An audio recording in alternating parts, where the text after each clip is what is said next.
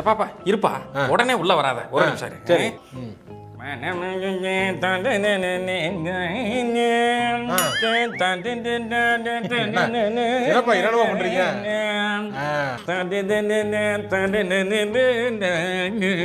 மாலையெல்லாம் போட்டு எதுக்கு வீட்டுக்கு வர்ற நேரமாடா இது?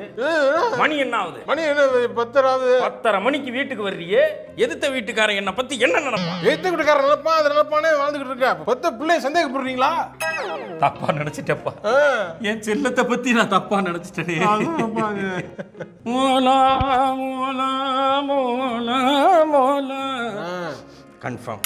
மனாரே தராரே மாக்க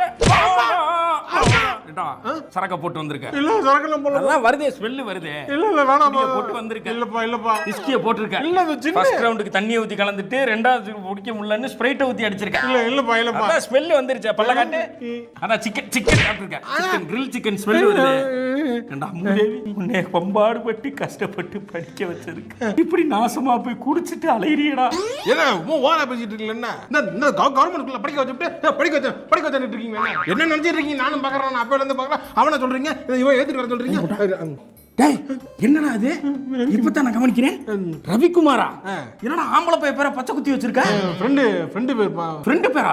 அட பாவி, திக்கு ஃப்ரெண்ட். 10 வருஷம் உன்னை இந்த வயித்துல சுமந்தாலே. நீ எங்க சுமந்த?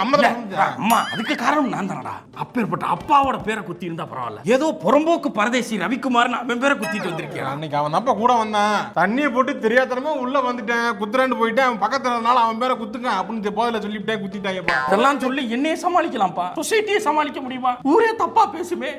என் வீட்டுல இப்படியான்னு கேட்பாங்களே. ஏன் என்னது? ஏங்க தெரியாதனமா குத்தி. மச்சான் மறந்துட்டடா, வாடா போவோம். டேய் வரணும் இருடா. ஆமா, கேஎஸ் ரவிக்குமார் போ படம் எடுப்பாரு. ஐயோ, இந்த வீடு வரைக்கும் வந்துட்டானே. ஏப்பா என் குடும்பம் மானம் போச்சு, மரியாதை போச்சு.